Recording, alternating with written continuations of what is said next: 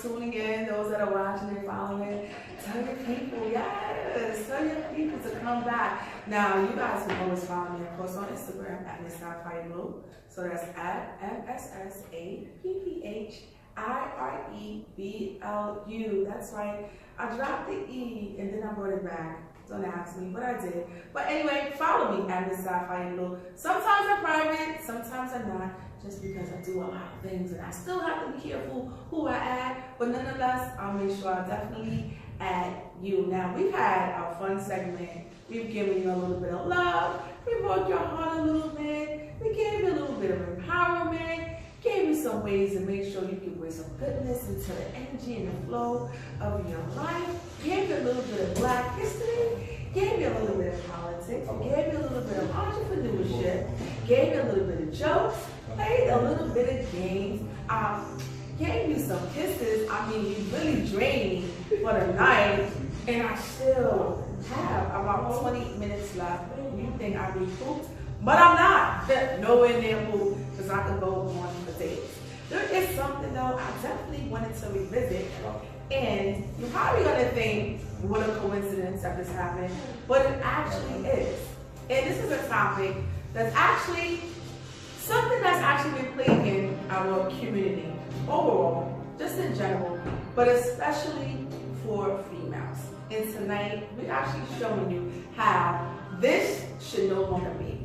The topic that we're going to touch on, this light against dark nonsense that has been going on, plaguing our African American communities for such a long time. Yes. And you probably figure, why am I touching this now at this time of the show? Because I just was thinking of my Idris again. And I realized that it's Beyonce. She is just a very beautiful, natural, brown-skinned woman. Nothing special. And you probably would have thought that he was going to end up with some light-skinned, maybe non-African-American woman. Because he's from London and that's what he's been around and that's what he's dated. But he didn't. He actually proposed to a brown-skinned woman. And there some people may have some issues with that because she's not your typical Hollywood, looking female. Now, of course, for our African Americans, this light skin, dark skin, it's something that we've always joked about within amongst our communities. But I believe that it really is a deeper issue that's rooted. It's very deep. It's so strange enough that I was actually listening this week, yes, this is my weekly story, that I was listening to the radio and a young lady got on and made a comment because the topic was about race with us. And she was born here in the United States, but her parents are Caribbean. And she had expressed that even amongst Caribbean cultures or certain families, that they don't quite see American African Americans the same way. They don't think they're as hardworking as they are. And then it broke it down even further with the whole light-skinned blacks and the dark-skinned blacks and the opportunities that arose. A friend of mine later this week had showed me a conversation where a woman stated this, and this is what I wanted to touch on. That darker women are not portrayed as much, and that we push them out there a lot further on social media, saying how, black skin is beautiful, and she's beautiful, and these tend to be a lot of darker skinned women, beautiful skin, things like that. So we tend to still put it out to push them out and to glorify this. And she then began to say that, because my friend was light skinned, that things are easy for her and she should be okay, she doesn't have any problems. And a friend of mine, she continued to say that just because she has fairer skin doesn't mean that she does not face the same type of adversities as any other woman of any other color. And I'm seeing her sit here, and you're darker than me, and I'm lighter. And here we are, two beautiful sisters, and neither one of us feel any type of way. You are beautiful with who you are, and I am beautiful with who I am. What do you think we can do to finally help get rid of the stigma that we joke about if light skin is in this year or out, but we get to the root of the issue. And then knowing that you have Caribbean background, were you raised or did you hear things like that? would explain a little bit more, please, here? So, being from a Caribbean family, it's very easy for the people in your family to be different shades because the culture and the people are mixed. So in the Caribbean, there are people that come from China, Chinese people. There's Dutch, people that come from Amsterdam, different places in Europe. There are African people that come over. So it's like a melting pot. So literally in your family. And then not to mention the indigenous blood that's from, you know, the indigenous people that lived in the West Indies before it was colonized. So the West Indies, because it was colonized, have that mind state where we were taught, you know, to categorize people by shades. And this wasn't something that was done before they were colonized. The same way with African people, you know. We didn't live a life where, back then, they wasn't living a life where oh, so-and-so is that color, because pretty much everybody was the same around them, you know, so we were used to shades of people because black people come in shades, you know, but we understood that before, but then we were retaught when we were colonized. So I think part of understanding would be educating yourself. Where did this mind state come from? Who taught us about light skin and dark skin? Because when you look back into history books and you actually look for images of black people, you will see that black people always came in shades. Always came in shades. Always came I think in shades. it's just so annoying. Just as ladies, we still have to play this whole light skin, dark skin thing. And you know, and throughout social media, it's, you know, as soon as we see a pretty darker skinned woman, you know what I mean, or like that really rich complexion of dark, and we know what we're talking about, that nice dark skin that just shine, and you be like, oh my gosh, like the elasticity of her skin is just perfect. Everything is in order, and we post it as if we don't know black is beautiful. You know what I mean? Like our own people are posting like, she's beautiful, she's amazing. Well, yes, it's nothing new.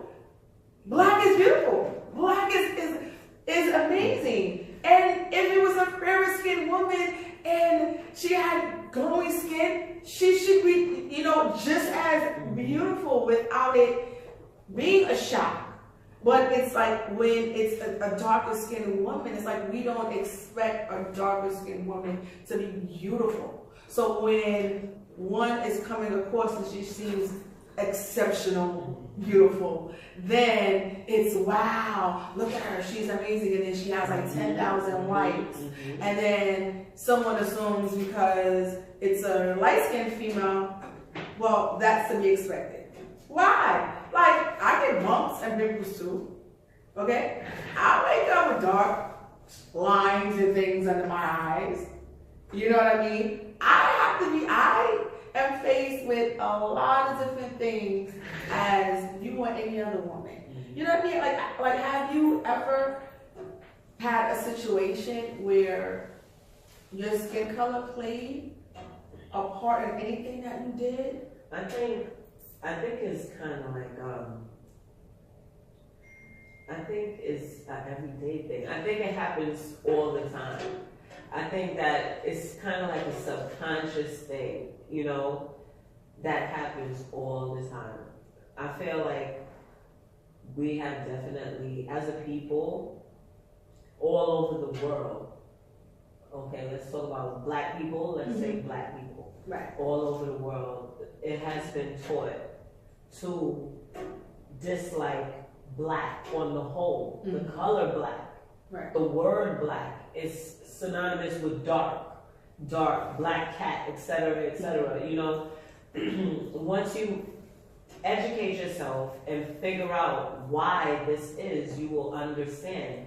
And the more you tell people, like, okay, you need to go ahead and get you that Willie Lynch book and sit down and read Willie Lynch, open your mind, then you're going to understand, like, okay, this is the reason why I feel this way, because we were taught that way. Mm-hmm. So I think now I have an understanding, now that I see when people still talk about, oh, well, so she, I understand that you didn't educate yourself. You don't understand what they did to us. Right. To break us up. To break us up. Yeah. And it's just mind-boggling to me how we still, it's 2018, this is something that was going on in the 15, 16, 1700s. And we still allow this to separate us as a people. Perpetrated. And it's still, right. But you want to know what's so funny? Is that even now, because everything is these videos. And everything is with what artists are doing and who are they training now. Like we didn't even touch on the whole surgery. Now getting surgery done is just like a regular thing. Mm-hmm. We forgot about how in the early 1990s you didn't even hear black females, any type of black woman saying she was going anywhere to get any type of surgery done. It was very small number. That was but you didn't hear what going where to get what? No. Now it's like, oh girl, you ain't go yet. Right. You know, like, I don't have kids like, you don't have one yet. But before it was like, you don't have one. Yeah, okay, I must have missed the catch up. Mm-hmm. It's so okay now. And like I said, I'm not against anyone, if you want to feel better about yourself, you have to do what you have to do. But I'm just saying how the switch and transition has just turned around, where now just surgery is just like you waking up and taking a shower. And it never used to be like that. But this race thing with white and black, it's just like it didn't transition to anything. And in videos, you barely see any black females in videos now anyway, because everything wants to be exotic. But what is exotic? You can have a dark-skinned woman that just naturally has certain features, but then there's and she can be exotic. Who are exotic. So one of the young ladies that was on the cast of Love and Hip Hop, Miami, she came out and expressing her feelings about being a dark Latin woman. Latin woman. Yes. So people don't have an understanding. They just say, okay, well, black means this. Right. But black can be Brazil. Black can be South America. Black can be Middle East. Black can be Asia. Right. When you open your mind and experience that there's black people in the hills of Mongolia. Everywhere. Then you kind of understand things from a different standpoint, that there's dark-skinned black people with crystal blue eyes. Right. Absolutely. And then when you see these type of things, you start thinking like, why is this still like this light skin is in this year, and now dark skin is in? Most guys I know with a dark skin girl anyway, so I'm already out the battle. Truth be told. I just think it's ridiculous. You know what I think? I think that men really don't have a preference. I think that they lie and tell us that they have a preference, but they like it all. They like African, they like Latin, they like Asian, they like persuasion. Right.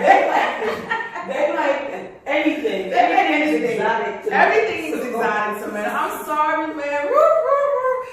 That's why, but I always say it's law of large numbers anyway when it comes to men. They say the same, they'll go in the club and they'll say the same line to like 10 girls. 1 out of that 10 is going to bite the bullet. Exactly. And that's just what it's going to be. It could be a short one. He's not searching. He's not saying, oh, because her hair is short. You ain't wanted your little hair because you wanted to look pretty ball behind or whatever. No. And you still going to talk to her anyway with the weave. Exactly. Okay. And you don't like short hair. But you want to see a bad one because you got short hair. You want like it. You don't care. You want a rich girl, but they'll find a girl that don't have money. Right. It's law of large numbers is what I say. Yeah. No, listen. Whoever writes the bullet, that's what men are going. So y'all don't even got to say it. But anyway, look, you guys, don't set that leche right here mixed with chocolate. It don't even matter. Get off of it, y'all. Let's stop having these Instagram and Facebook wars over things that light-skinned, black-skinned, dark-skinned, black females have to go through. We're all the same. We're going through the same struggle. Because now, we have struggles just in the workplace alone, just being women. We don't got time to now break women down over color. Stop it. Okay? 2018. Stop it. But guess what? That is my time.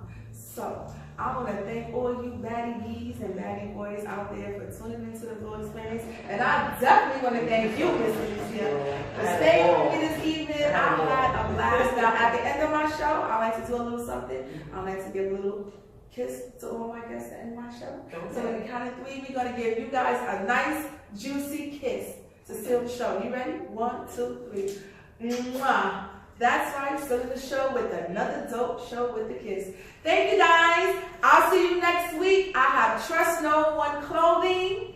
Yes, I have a politician coming on, Michael Belzer, and I may have a Fox News personality coming on. We have to stay tuned for that one. And I have Miss Fabulous Melissa Holmes, who's going to be checking in with me as well. Thank you for tuning into the Blue Experience. It's your girl, Sapphire Blue, and I am out. Goodbye.